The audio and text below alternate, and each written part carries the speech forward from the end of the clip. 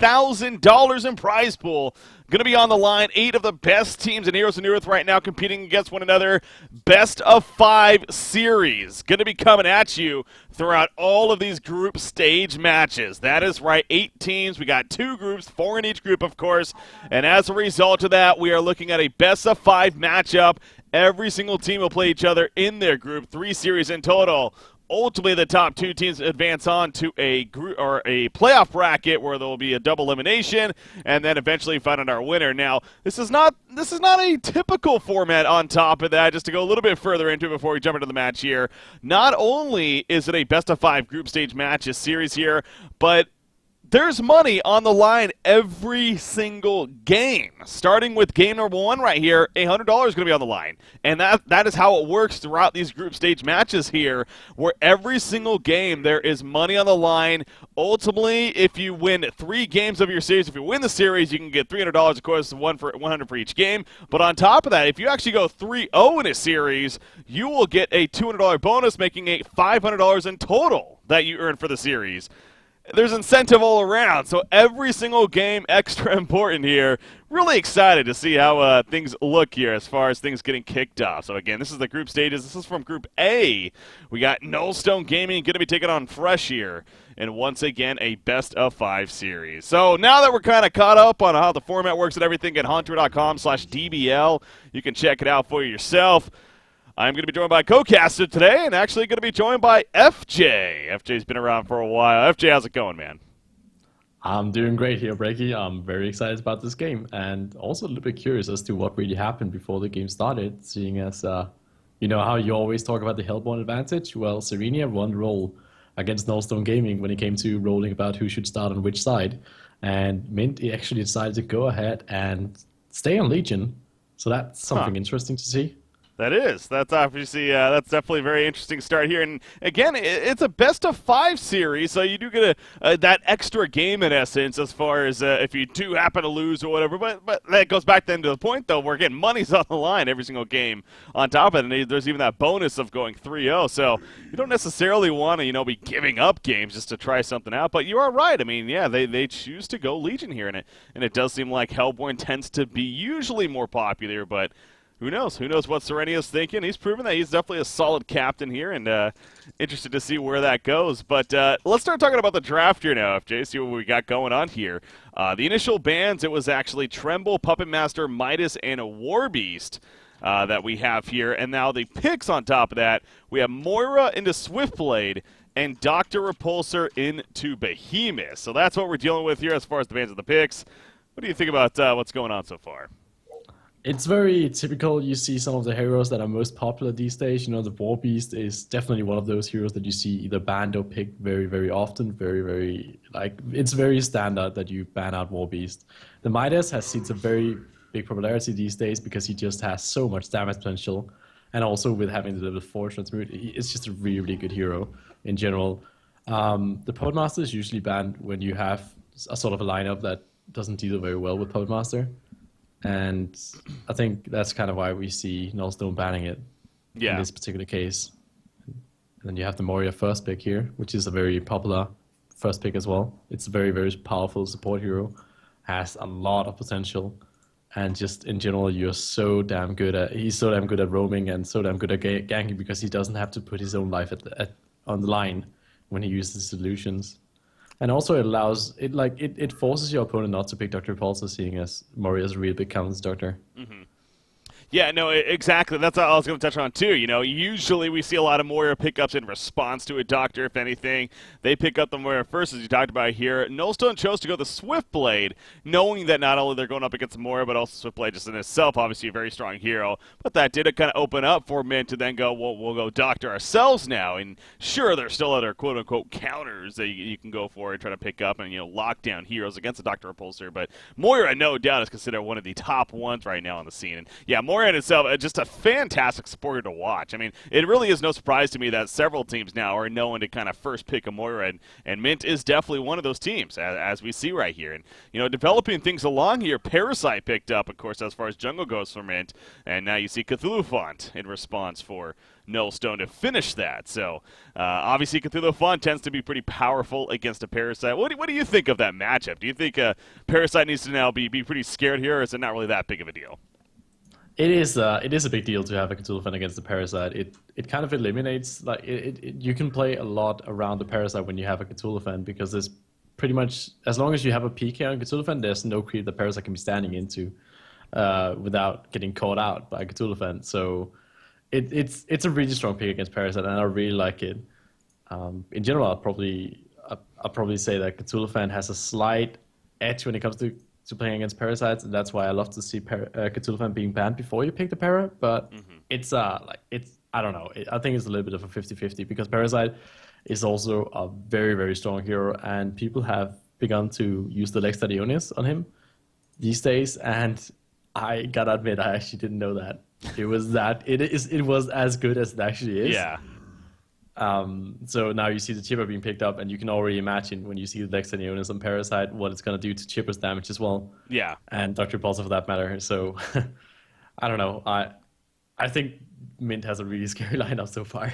Absolutely, and yeah, the Lexion, it is always interesting to kind of see how things like that work, where the combo, in essence, has been in the game for a while now, but it seems like more recently, going into the World Finals is where we started to see it kind of pop up. Mini definitely brought it up here and there, and now it seems like the go-to build almost on a Parasite, and for pretty good reason. The burst potential is absolutely ridiculous in terms of the face hug, not only obviously the damage that lands from it, but then it transfers your debuff onto them, stacking the Lex Talionis debuff on them, and their magic armor gets reduced by crazy amounts, usually puts them in the negative in most cases. So yeah, definitely a powerful tool to take advantage of the Chipper, as you pointed out. Then we see a Glacius in response here coming out. So yeah, again, lockdown heroes definitely against, not only good against a Parasite, but of course against a Dr. Repulsor, trying to keep him in his place. But Mint, their final pick, they're right-clicking a Soul Stealer here. I mean, I don't know. They're just trolling me, dude. They're just trolling me. They right. said they were gonna do Soul Stealer Ghost matches, and that's kind of what people are trolling me about. Okay. If you notice the chat, you'll see it as well. Gotcha. But they do go for Magnus. I was gonna say they really needed to get like an initiate lineups done. Yeah. Which Magnus is obviously good at, because otherwise they would have to completely rely on Moria to get the initials done, or the Dr. Repulsor, which is not really what you want. So I think Magnus is a great pick here. We're probably gonna be seeing it in Suicide Lane, but yeah, we'll see. That's an aggressive lineup, man. Yeah, it could be, but I think they're gonna play a little bit more casually until they reach a certain point in the game. And now we have Nullstone Gaming, who's gonna be picking up the last hero here. I mean, Swiftblade could both be a suicide hero, and Cthulhu Fan could be a suicide as well. Normally, we tend to see the Swiftblade being put in a carry role, but sometimes sometimes teams do put him on suicide.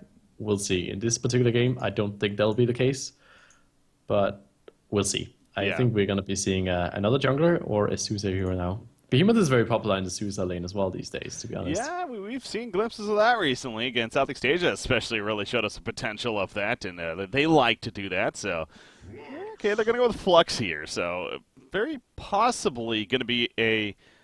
Well, yeah, I still don't know if that would be a suicide Swiftblade in the end, because that just doesn't seem like their style. Yeah, Beaver Banger is going to end up playing it, I'm sure. But what are they going to lane this? Or maybe they will run the Behemoth Suicide with that final pick Flux. Yeah, either that, or there's the possibility of going Cthulhu Fan Suicide and having the Behemoth do jungling Behemoth, where you pull the first creep wave. That just doesn't seem Nullstone, to be honest. It really doesn't. No. What you got plays the jungle. He's playing the Cthulhu Fan here. I just got to think that's it. That's my logic as to why. But, I mean, obviously there is that potential too, of course. Yeah, I think I'm just really excited about the game in general. I think it's going to be a great one, and I just love seeing Behemoth. And look at that, Behemoth is going boots first. Yeah. Yeah, it's probably going to be a Behemoth Suicide then. Yeah. Yeah. Some guy, just to again point out here, guys, this is the beginning of the Deadeye Bounty League. Now, again, to kind of reiterate, some guy was kind of doing the math there. There's 12 series ultimately that are going to be played, I believe, throughout the next couple of like 6 weeks or so, and that means basically at least 3 games in each series, being best out of 5, of course. So 36 games are set to take place over the next just over a month here, and that's just from the Deadeye Battle League, and that's minimum. It's very likely going to be more, upwards of more like 50 probably, and then we have the DreamHack qualifiers, of course, on top of that every single weekend. So guys, we got crazy amount of Han going to be coming at you here over these next couple of months, leading into DreamHack winter or summer, 2015, coming up in the later part of June. So it's just non-stop competitive Heroes of New Earth, and again, this is the beginning of greatness to come here over these next couple of weeks. I really wanted to stress that once again, but we are seeing the lanes kind of develop here, and sure enough, Asuka, again, playing the Behemoth, he is going to end up in that suicide role, which is where he's basically been here for Nullstone Gaming lately. So now, again, the intriguing thing about the Suicide Behemoth is that they like to block off as he's going to set up for right here. It delays it a little bit initially, and the idea that it gets a creep lane in your advantage to start. Is he going to be successful with it? No, he missed. Oh, see, do you want to do that? Do you want to let the Warlock go through, or do you think that was a mistake? No, I think he did it on purpose. Okay. I think that's a very good move, because then that's kind of the target that you want to kill out first. Like, you want your Warlock to die. And now you see Probus is just going to be tagging the Warlock right here. Clever. He realizes what is up. Yeah. Yeah. He's a smart guy. He's a Danish guy as well. Those Danes tend to be pretty smart. Yeah, no, he's obviously picking up on that. I mean, you're going up against the Suicide Behemoth. It's pretty ideal to expect this strategy coming out. So, but see, that's the thing about a Suicide Behemoth, though. I know we haven't seen it lately, and it's like that. So that's cool and all, but how does he fare as it develops now? How should we expect Behemoth to do as the lane develops? I mean, doesn't it seem like now he's kind of like shouldn't have the best time? Well, yes and no. The thing about Behemoth is that he doesn't necessarily need to get items before he's useful. He has his boots, and so he's already building in an item that he needs for mid-game. And Behemoth is all about the fishes and the lineup stunts, and then he'll count on his teammates to do the work. And once his teammates are in the position where they win teamfights and such, he'll obviously get assists as well, and he'll get gold from towers and whatnot. So at some point, he will develop the PK, but right now all he needs is levels. Yeah. He's not going to have a lot of farm, he's not going to do much, but he does have boots, so Moria won't be able to catch him very easily, and Dr. Repulsive can't really do much against him before he's level 6 either. Mm-hmm. So he's going to be okay for now, and he will develop into... I think, like, usually what we tend to see on Behemoth is that they just go ahead and get the Striders, get the Veiled Rod and so on, and they'll just go ahead and gank the mid lane and whatnot. Yeah. Yeah, of course, a very, very, very efficient early game ganker with that Fisher Stomach of his. So you see right here, in fact, he's going to roam towards the bottom rune to look to protect that at least, and it happens to be a refreshment. Top rune is going to be picked up by Cthulhu, though. So great rune control coming out for Nullstone Gaming, and that could definitely win you games. Even this early on in the game. So I don't think he's going to be able to make the most of this double damage and probably just continue to farm with it.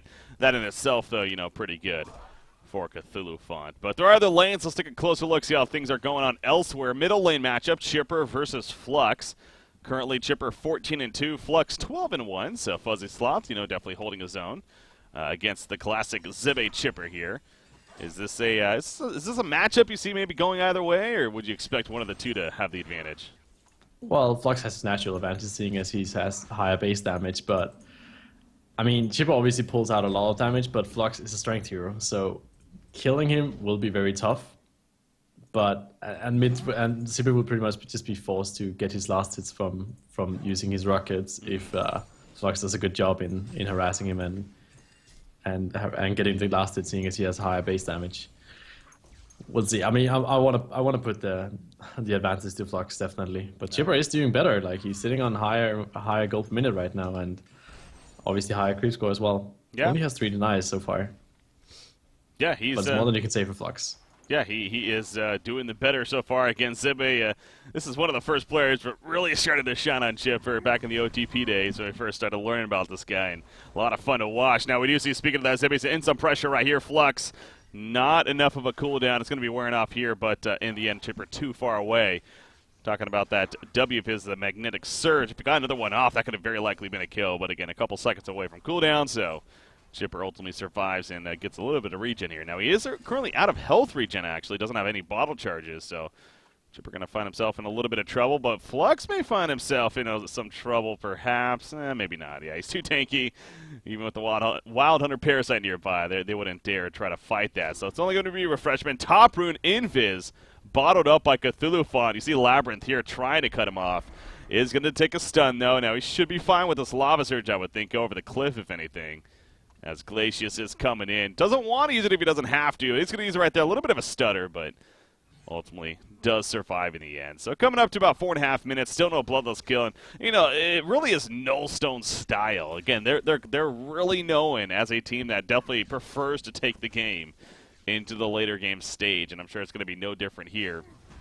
But Mint does have that aggressive lineup, and so you would expect them to try to take control earlier on in this game. So Iceland Go-Go on Parasite, he goes the Blood Chalice first. He's currently sitting on about 600 gold. We'll see how he develops. But, in your mind, do you think Lex Talion, does he have to go Lex here? Is there really no question? Or I gotta say, I feel like it's a must-have these days. It's just very, very powerful. It's so good, and it synergizes so well with the other heroes on your team. So I'd say you have to, but that's my opinion. You could also go ahead and go for something like a Puzzle Box or a Codex, like you often see Parasites do. Mm-hmm. In this particular game, I would say go Lex Talionis. Oh, Dr. Repulsor able to chase down the Behemoth. Kind of caught that halfway in, but, it's pretty obvious what happened. Level 6 Doctor hits, and all of a sudden, Behemoth can't do much to get away at that point. So he gets caught, and Bloodlust kill in favor of Fresh right here to start things off finally, about 5.5 minutes into the game. So taking quite a while, but Dr. Repulsor now up to 433 gold per minute.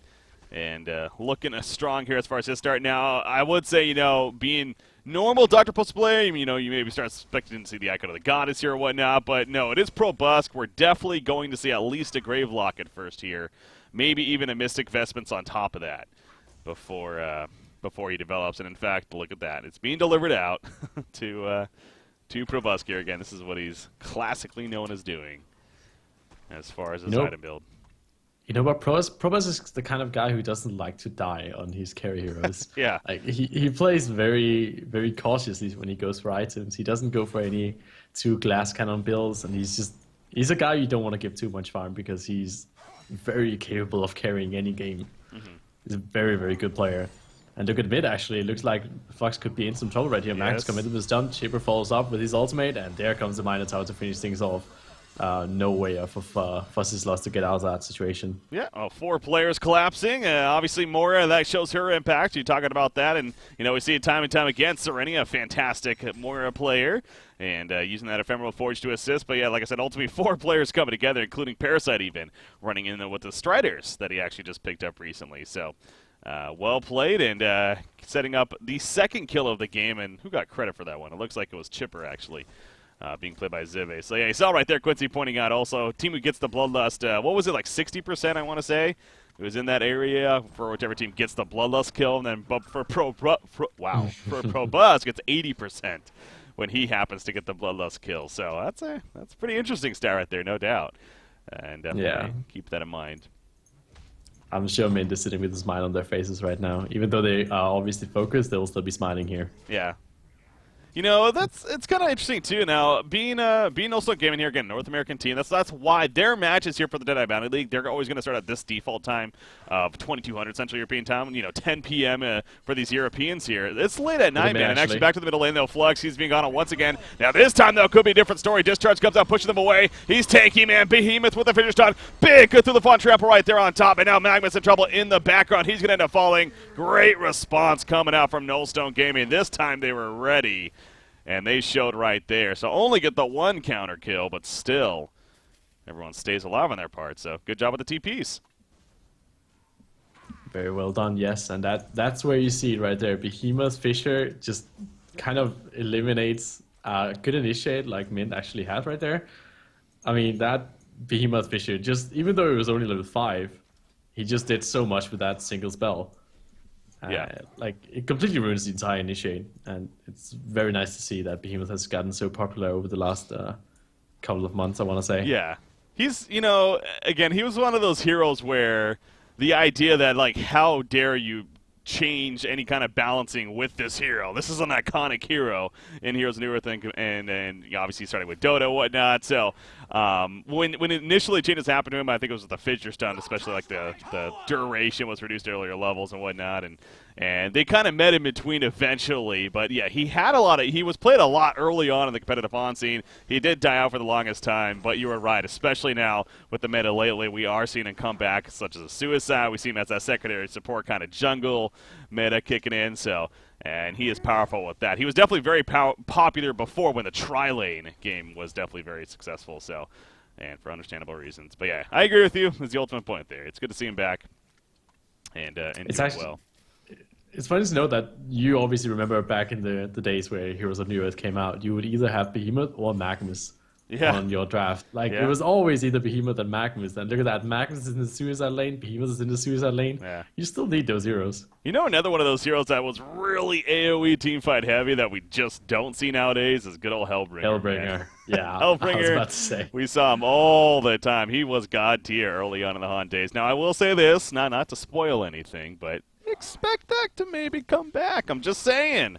There's some changes coming up that could draw interest to such a hero. So, anywho, enough of the tease. Enough of the tease here, man. Look at the difference in golden experience. It is like neck and neck. It is basically nothing here. As we are approaching 10.5 minutes into this game right now. It's actually bottom lane. Behemoth is going to be double bomb, but once again, Fissure Stun comes out. Here comes the TP support. And now Moira, that is the real Moira. She's caught out and very likely going to be killed off. Yeah, they're definitely going to chase, right? Swift Slash just comes out and down goes Moira. Dr. Pulse was like, I'm out of here, buddy. Not much I'm going to do. But once again, Nullstone just very quick to react with the TPs. And look at Beaverbanger all of a sudden. He's 420 plus gold per minute right now. And in fact, Abyssal Skull just finished. So things seem like they're going pretty well here for Nullstone, FJ. Yes and no. The thing is that they actually had to waste a lot of gold on those TPs, and also Swift put his ultimate on cooldown just for a Moria kill. Yeah. A kill is a kill, yes, but it's really not an ideal situation for Beaverbanger right now because they can't really push the lane, and he's not going to be free farming bottom lane a lot. He'll have to pull back, and look at that Dr. Pulse now initiating onto Glaciers right here, and with that Arcana that he picked up just now, or just a minute ago, he quickly finishes off him, and now Beaverbanger is forced to go all the way back. I think he's actually probably going to go to the Ancients, so it's not too bad. Yeah. Yeah, Behemoth again. Going the Steam Boots first, again, getting those earlier on stats, and as you mentioned, Swiftblade also running over there. I will say ProPusk, again, a little bit curious. He actually did not go the Mystic Vestments. We do see him, as you pointed out, he's a carry player that just likes to survive, but passing up the Mystic Vestments here, feeling it's not absolutely necessary. Going the Arcana. Now, what do you think of that, actually? Not going the Icon as, would be the other typical pickup here, instead going straight Hellflower. Well, it leads towards the Hellflower, yes, and I think it's pretty much just the prohibiting, he's trying to prohibit a Swiftblade for getting his spin off in teamfights, and also if he can, then initiate onto Behemoth and mess up with his ultimate. Because obviously, like, you're looking at Flux, you're looking at Behemoth, and you're like thinking, oh gosh, this is a wombo combo that you shouldn't be messing with. So yeah, you definitely want to spoil either one of those elements into that combo. Yeah. Top lane. Oof. No, gonna be fine. Yeah. He's scared though. Yeah. He's very scared. He's kind of interesting because I don't see any wards over here, so I guess just simply got information from one of his teammates or just really felt something was up. Like Glacius figuring, why push out a farm a lane when there's a good chance I might be ganked and killed in the process. So perhaps that was it, if anything. But Baba Ganoush, by the way, that we did confirm, that is Resher, so he just happened to have a name change. I guess it was a sub-account of his. Wanted to change things up. There's a lot of name changes going on these days. Yeah. Imperboy also changed name to Bjorkalia, something like that. Yeah. And TPS Prices going into Chowley. By the Yeah. way, I can confirm that both TPS Prices and Embray are now on separate teams now. Okay. Yeah, so that's interesting because they've always been on teams together. That's true, yeah. That's a good point right there. Yeah, we saw Jelly of course, Undercover Han Agents. He was playing with Horspell and VN Sensation coming back, but in the end, they actually fell short. They lost to Solaire Club, and the Solaire Club qualified for this event, and they did not, so that was pretty impactful there, but yeah, going to be interesting to see how that moves forward. Again, not only qualifying for the Deadeye Bounty League, but also qualifying for the first DreamHack qualifiers, which does start this weekend, so getting top 6 in the in this last weekend's off-season qualifying event was a pretty big deal, to say the least. But yeah, there's a lot of good old players coming back thinking they can easily qualify for DreamHack, seeing as they were really good once. But now with the metagame changing and a lot of new players coming to shine a lot, just talk about the Salt Sea Club for instance. They have a lot of good players in that clan. So yeah.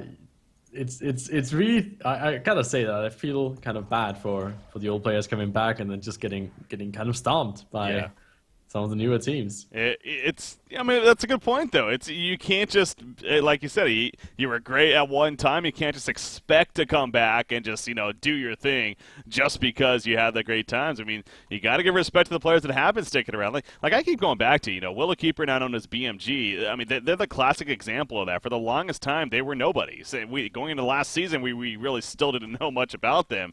And then they started doing pretty well. We started to pay attention to them, of course, started to gain a fan base, and by the end of the season, obviously became 2015 World Champions. Who would have thought that going into Hunters Season 3? So I keep going back to which team is going to be the new BMG this season as far as going into the offseason here in Season 4. So, yeah, it's good to see, and definitely all 8 of these teams here. Again, every single series really should be a pretty good series, honestly, coming at you here for the Deadeye Bounty League. So.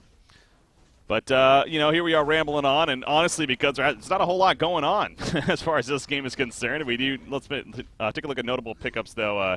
Portal Key just picked up by Cthulhuphon right here, so what you got, he's got some strong initiation chance. Now, Zippe going the Arcana. Now, that's interesting. He's going to be going to Hellflower as well, most likely, and that's not your usual chipper first item pickup here. What do you think about that? Speaking of which, we do see the Lex Talionis on Parasite. Yeah. I don't know, like if Chipper goes for if you went for spell shots, that wouldn't stack very well with Lextaniones, would it? Okay, I mean that, but actually bottom like Doctor flying in out of nowhere, and all of a sudden Behemoth's going to be gone, and Rockets are going to miss. So TPs are coming in now. He survived pretty long, but Moira will completely stall any counterplay with that Arcane Vortex. Or will he freeze on a Doctor Pulsar? Maybe not going to get caught over here. Not the most man. Magnus stuns in, trying to help his teammate out. It's not going to be enough. The Doctor will fall. The spinning Swiftblade is happening. Glacius does go down. Magnus though pulled back in. He has in the Steam Bath initially, and it will be enough to keep him alive, actually. As he's even coming back in and maybe assist right here. Leech from Parasite. They wanted a kill on a Flux. He is so tanky, though. That is risky, man. And Swiftblade jumps in with the slow side, just gets the one cut of Parasite. And now Magnus actually in a little bit of trouble. He gets pulled back in. Down goes Magnus. I don't know what Mint was thinking right there, but a Flux with a Mystic Vestments, a Mighty Blade, Steam Boots.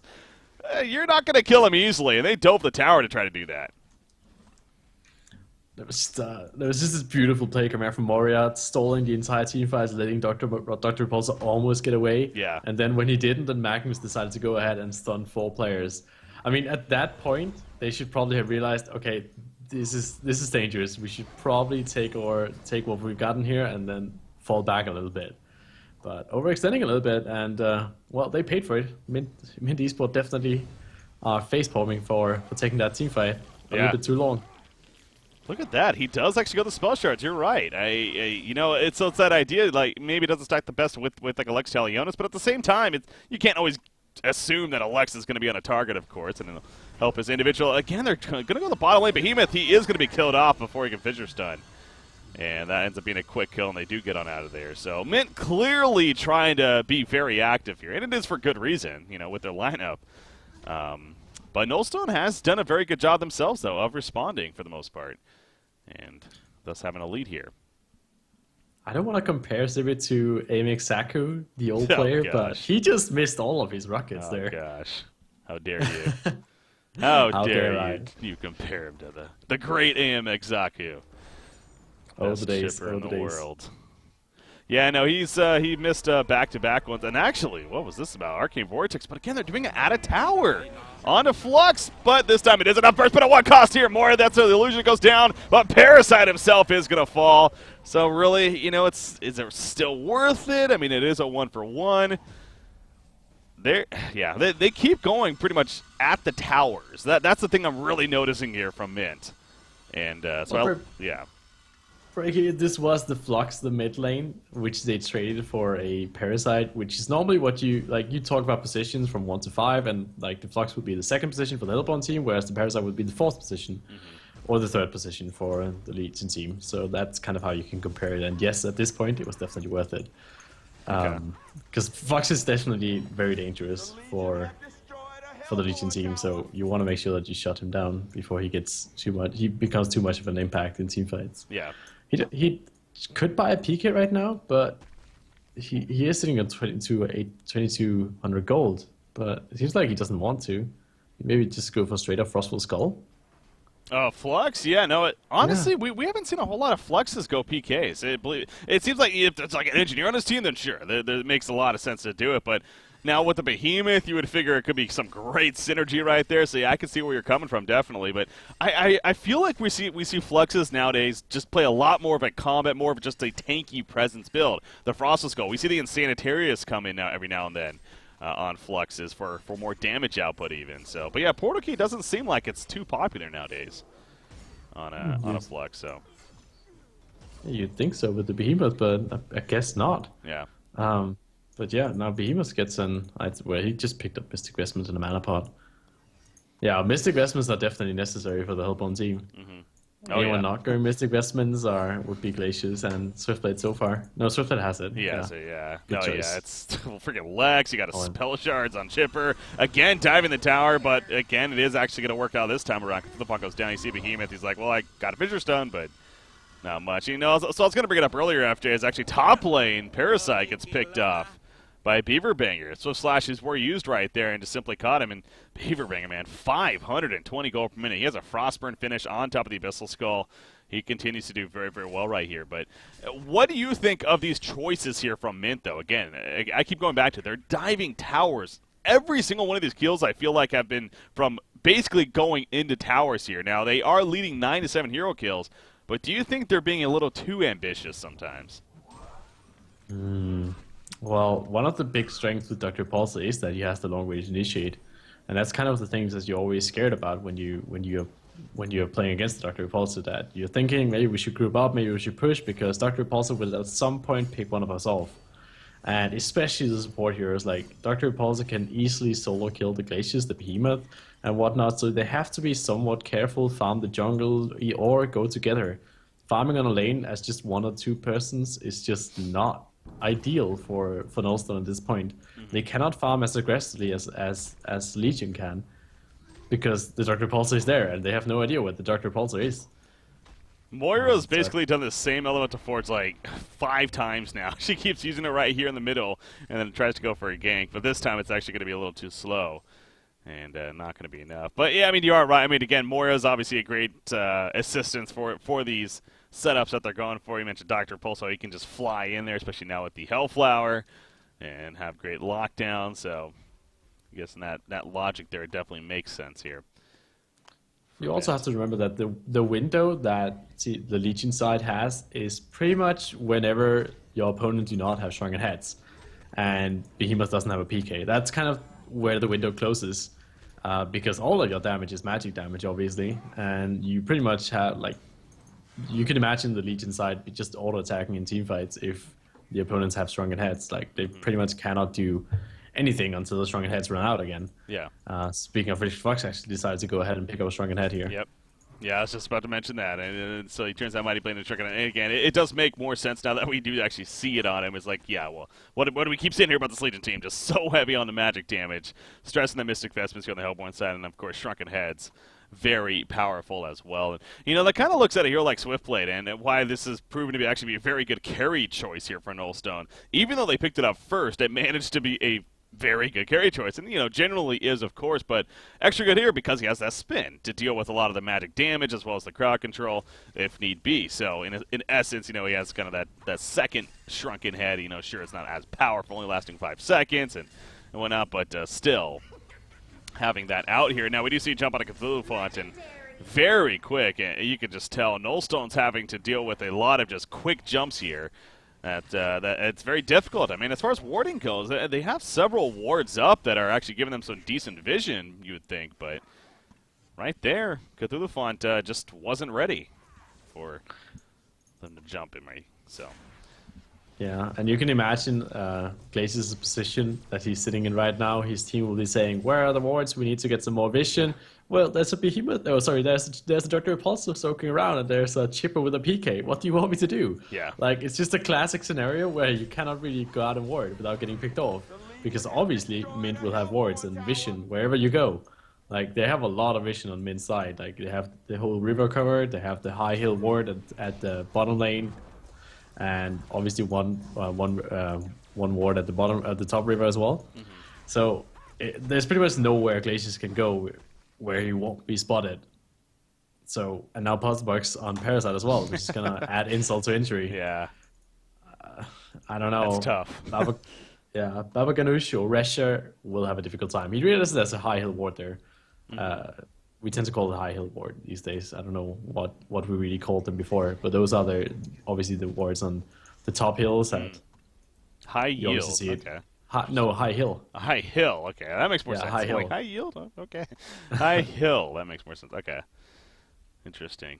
Chipper, he's having a good time, scouting things out. That's an Invis rune, and that's going to be a dead behemoth as a result. You see, by the time he tries to react, he goes down. So this is going to really catch him off guard. Flux, he finally pops up the shrunken head, but it was so late, and he's already nearly dead. He stays alive, though, at the end. He pulls him back in, and in the midst of it, Cthulhu's here, Behemoth, he wasn't able to be here, but the eruption goes off from Magma. Swift slashes, though, from Swiftblade, bouncing around. The Legion team barely left. Oh, he could have gone over the ledge, and Swiftblade's able to try to chase him down. Can't get close enough, though. He stutter-stepped initially, and that's going to be the difference maker right here. Will he live in the long run? Yes, he will, as he is able to dodge the rockets. There's more to come, though. Glacius is going to try to tank them, if anything. You see more going in there, but can't get close enough. Chipper, in the meantime, though, he still wants a kill. He'll get one onto Baba Ganoush right there, playing the Glacius, and now he's going to go for more even. Swiftblade doesn't have a spin for another 10 seconds, but Zippy's finding himself also in an odd spot here. And actually will get away, though, with the TP. So, I mean, big picture, yeah, I think you got to give it to Mint. But, I mean, really, though, Nullstone, they've had Flux, and especially Swiftblade surviving in the long run. So, almost even, actually. I think you can look at it, too, because 2 players died on the Legion side. So, there's a Nullstone. It has to be Nullstone, right?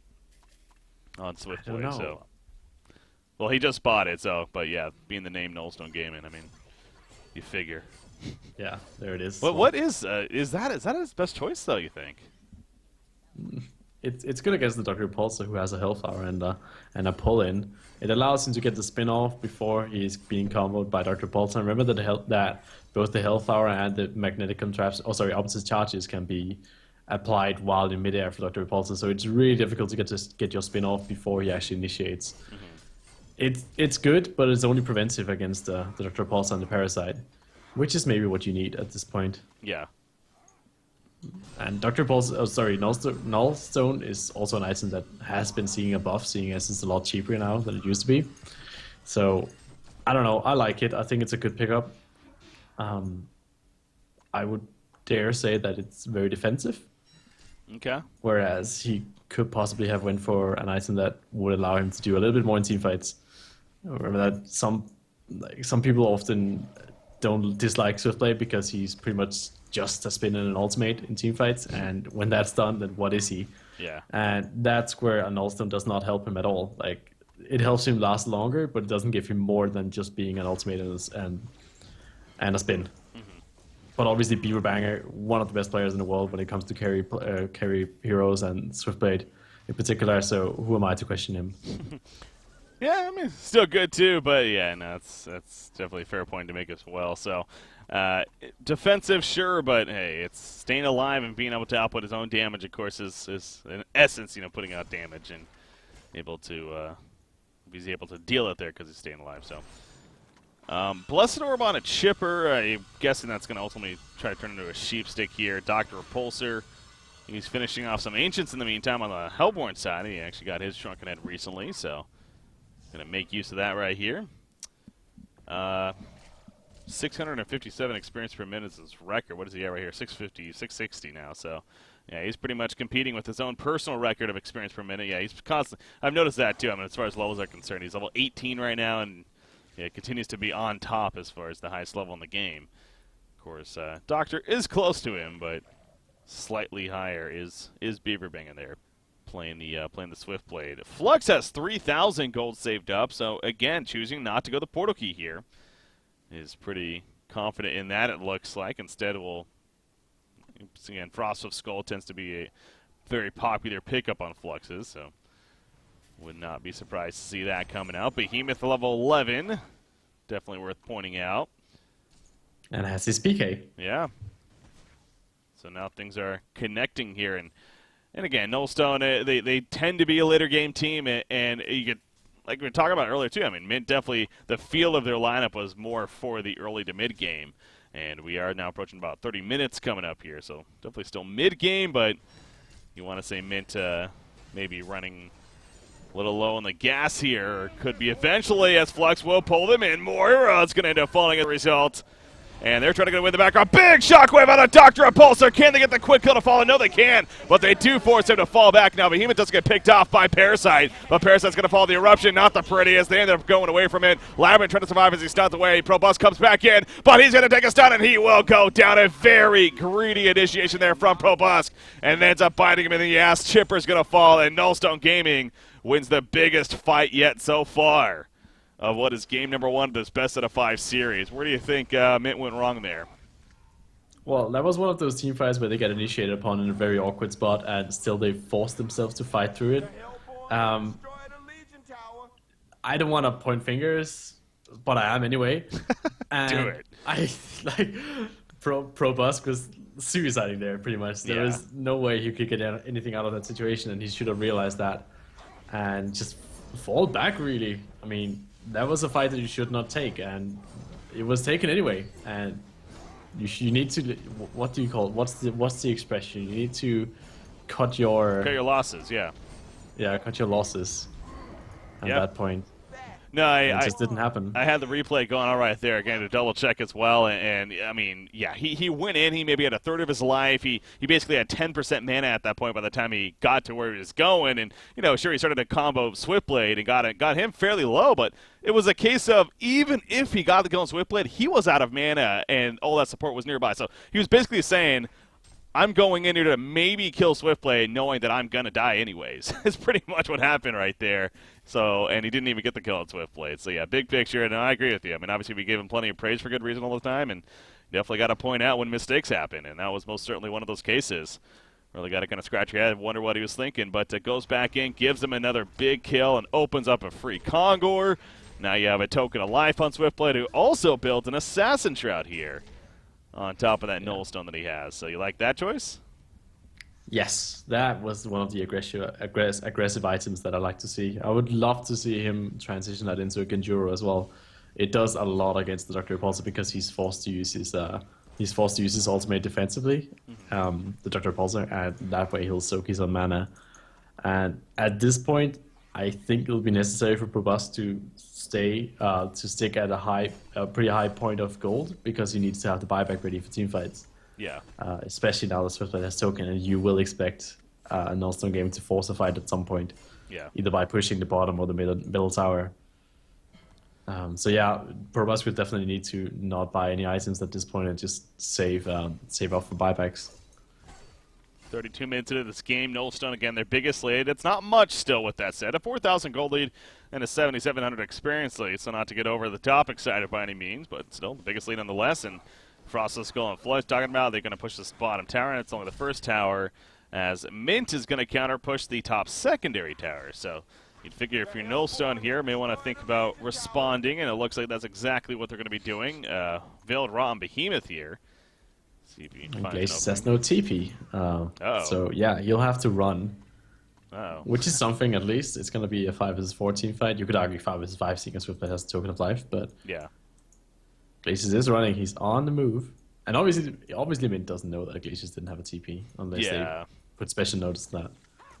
Well, they fall back anyways. It's still enough of a threat, as you talked about. I mean, a token of life. The last thing you want to do is push into a token of life, even if it is a 5 vs 4, and have that go poorly for you. Now, middle lane, Doctor's not here, but they're setting up pretty well. This could be a big initiation. Dr. Pulsar is at the bottom lane, though, and I think that's why Nullstone feels pretty comfortable pushing here. But that on top of the Token of Life, of course, going back to that. So it was setting up as if Mint was looking to jump, but the team call is made, and they decide to fall back in the end and pretty much give up what is a secondary tower here. So Swiftblade, the GPM's going to enhance further.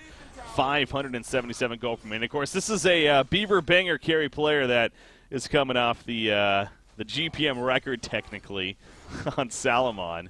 What was it, 1,019 gold per minute he had in their offseason qualifier match? Yeah, that was crazy. It is Salamon, though, so I guess shouldn't be over the top with it, but going to be pushing in, though, again, applying the pressure. Token of Life, a minute 20 remaining on the token. You see the Failed Rot on a couple of the heroes in the background, so really going to keep them guessing. Magnus kind of stuns in, just seeing if he can get any kind of reaction, but doesn't really.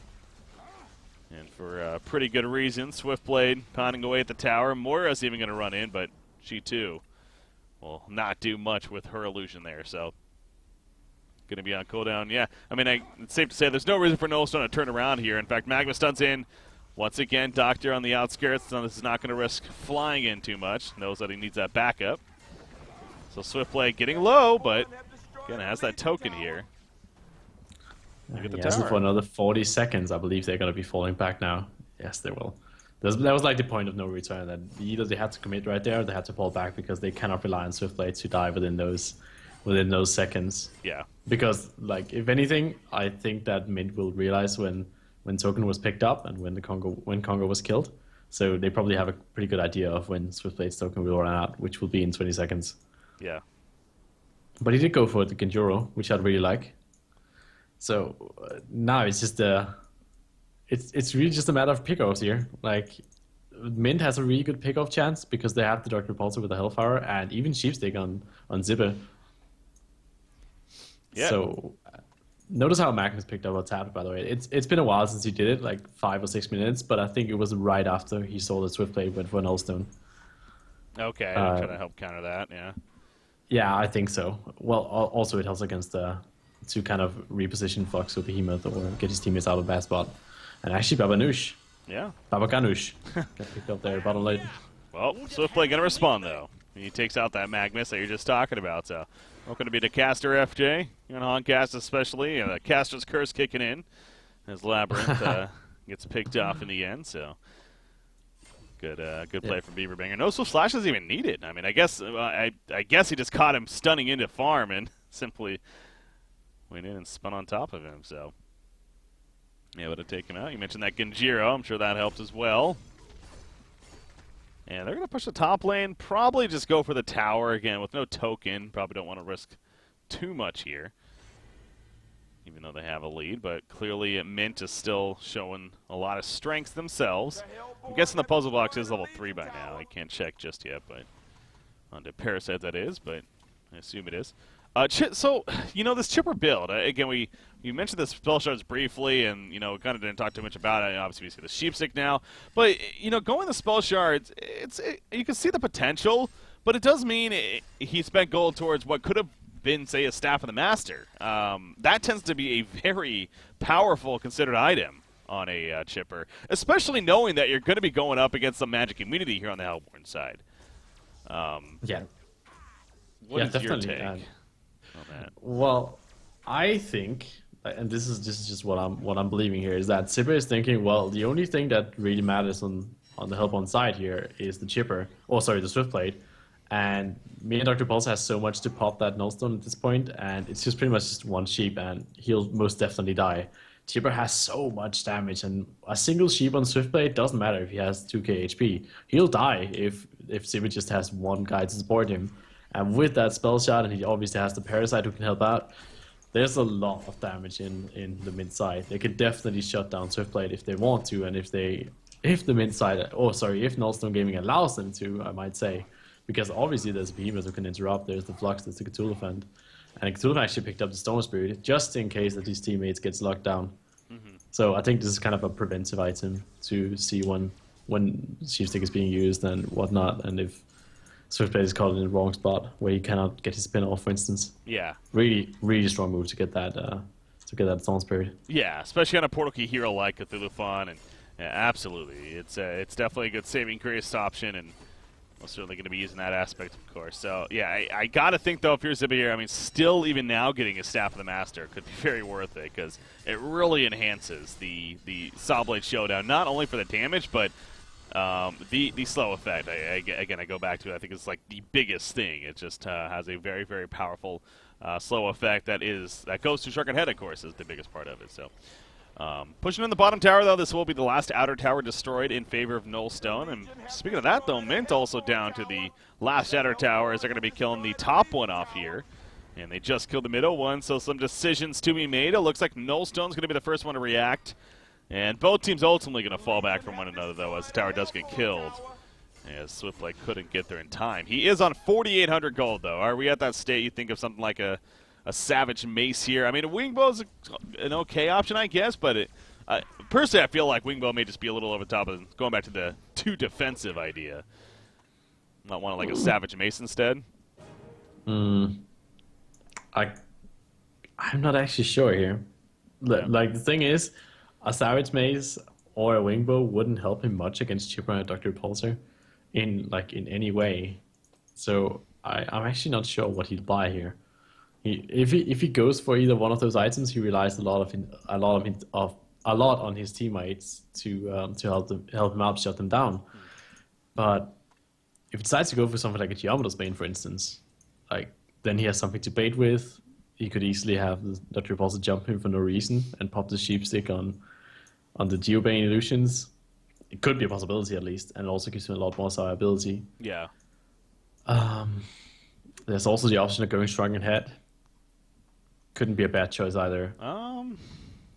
Yeah, that's true. I mean, it goes back to once again that this isn't a Legion team that's going to really start to develop into a physical threat. It's always just going to be a pure magic threat for the most part. I mean, sure, Doctor is, he's definitely got some decent right clicks in here, but I agree, honestly. I think a Shrunken Head actually wouldn't be the worst option here. So. You know how you always say that the best defense is an offense? I think this is like the opposite case where the best offense is defense because the Shrunken Head will allow you to attack a lot more in teamfights. Yeah. And you won't be shut down and whatnot. Yeah, I think a Shrunken Head makes a lot of sense. To be honest, I think it is actually usually the best offense is a good defense. It's usually how the phrase goes. So in this case, that would be correct. At least for ones that I have here.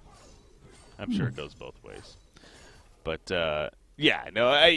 exactly. It's in essence, you pop the Shrunken Head, it allows you to get them mobility, not being worried about lockdown, and thus you can do the right clicks and do damage. So, yeah, it really is a damage boost in that sense. And another sheep stick picked up here on mid side, on the Dr. Repulsor. Jeez. Yeah, they got plenty of lockdown. There's no doubt in that. So even more reason as to why a Shrunken Head could be pretty valuable here. I mean, Swiftlight has 10 seconds to make his mark in these two fights. Otherwise, he's probably not going to get it off. Mm-hmm. I mean, if he goes for the Shrunken Head, that is. He's not, yeah. I mean, the way he was saving up gold, I was going to say, it's probably not. And he actually does right-click a Wingbow as soon as he gets 5,600 gold, so. Yeah, I mean, that is one of those items where it is both a damage increase as well as a defensive, but like you were pointing out, is the evasion really something that you're banking on here to be very useful for you against this heavy magic damage team? But it is what it is. Yeah, Swiftlight does a lot of damage with that Wingbow, and he kills stuff really quickly. Yeah. And now he's just going to solo Congo in, I want to say, half seconds. And there's nothing really Mint can actually do about it. But he does drop the Abyssal Skull. Yeah. The Token of Life. A wise decision, I guess. Yeah, Glacius is going to pick it up. So he'll have it for when the token does wear off or whatever happens. But Glacius going to hold on to it for now. Of course, so they don't get the aura effect while it's on Glacius. So that's obviously a downside. But really didn't have any other choice there. Not gonna. I wonder how Mint is going to approach these teamfights. Whether they're just going to be ignoring the Swiftblade because he has the Token of Life and just go for everything else and then save all the CC for him. Or they're going to be going all in on the Swiftblade, presuming that he has all the damage. I mean, he kind of does. So they're going to do a lot right here. Again, he has a token. But now he has no life sheep stick. Yeah, that's true. He doesn't have the Abyssal Skull anymore. So, ooh, he spins right as they use a vulnerability, and Doctor goes in. Doctor's forced to use a Shrunken. That's a big deal right there. So, with no Shrunken in on Doctor. That's very unfortunate. Yeah, they're going to go in definitely. Swiftblade did a good job of locking it down. He does get the melee racks, so he may end up falling right here. Looks like he is. But again, going to come right back up, of course. Doctor flies in, though. There's Sheepstick, but the counter. Storm Speed is talking about big chakra in the background. He got 4 heroes. Can they follow it up? That's the question. Magnus, he stuns away. Pulled in from Flux. A little late. More Arcane Vortex will come out, stalling quite a bit. But Parasite picked off in the process. In the meantime, also, Moira goes down. Doctor Repulsor back to base. So nobody dead on the side of Nullstone is the important thing there. And, in fact, they still want more. Swiftblade, he's looking to open. He pops a Swift Slashes, and Parasite just melts. As a result right there, Swiftblade does get the spin off. Look at Doctor! That was Doctor Repulsor. That just dropped all of a sudden, and I think we could be seeing the GGs coming out here. He doesn't have a buyback. And Nullstone's just rolling them over right now as they take out the middle, and will they just go bottom? Because, again, no buyback on Doctor and Parasite. You might as well, even with Behemoth dead here. And Parasite actually just did that. And look at that, that's Magnus ultimate right there. He's jumping on top of Flux, but Just not really Flux. doing the damage that you want to. Yeah, that's not going to happen. Flux by himself, it's not going to happen. So they're not going to get the tower, it looks like. I mean, at least Chipper's doing enough. Magnus, in fact, buys back in the kill Cthulhu. But at what cost there? Magnus goes down. Double tap for Beaverbing, and I think it is going to be enough for Nullstone to start falling back here. So Mint clearly showing that they're not going to give in just yet, but level 25 Swiftblade now, who's clearly hitting very hard at this point. It's really amazing to see that Sibber pretty much just kept them all by himself out of the base. Did not expect to see that. I was sure they were going to get another set of racks right there, seeing as that Repulsor was dead. And so was Parasite. Who, by the way, just used the buyback and then he instantly died afterwards. Yeah. He didn't manage to do anything in the team fight, unfortunately. And Flux now buying a Sheepstick. For the Dark Repulse, I'm sure. Oh, yeah. No, that's Flux. Yeah, that's something you can't forget either. That Flux has been having a fantastic game here as far as his farm goes, especially. What is he looking at? 430 gold per minute currently, so is doing very, very well as well for Nullstone. Again, overall, just a great team effort, but no doubt Beaverbinger, that 645 GPM really shining here. And Arcana picked up on Behemoth. That probably is going to turn into a spell shards, honestly.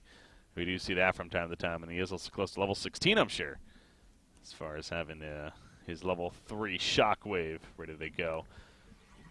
It's amazing he's 0-6 and 6, seeing as he's doing amazing Shockwaves this game. Yeah. That was a really, really good Behemoth ultimate in the previous fight. Really did a lot of work. And obviously also a lot of work that Dr. Pulse didn't have his ultimate. And there's the Initiate onto Flux right here. And Flux Again, dropping it's very, Flux. very quickly. It's Flux. He's at half-life. Storm Spirit comes out. Swiftblade jumps in. And Dr. Repulsor barely alive. He will survive. But guess who's still alive? Is that Flux. Again, if you're going to jump a target on this Hellborn team, it's probably not. You don't want to jump Flux for very obvious reasons.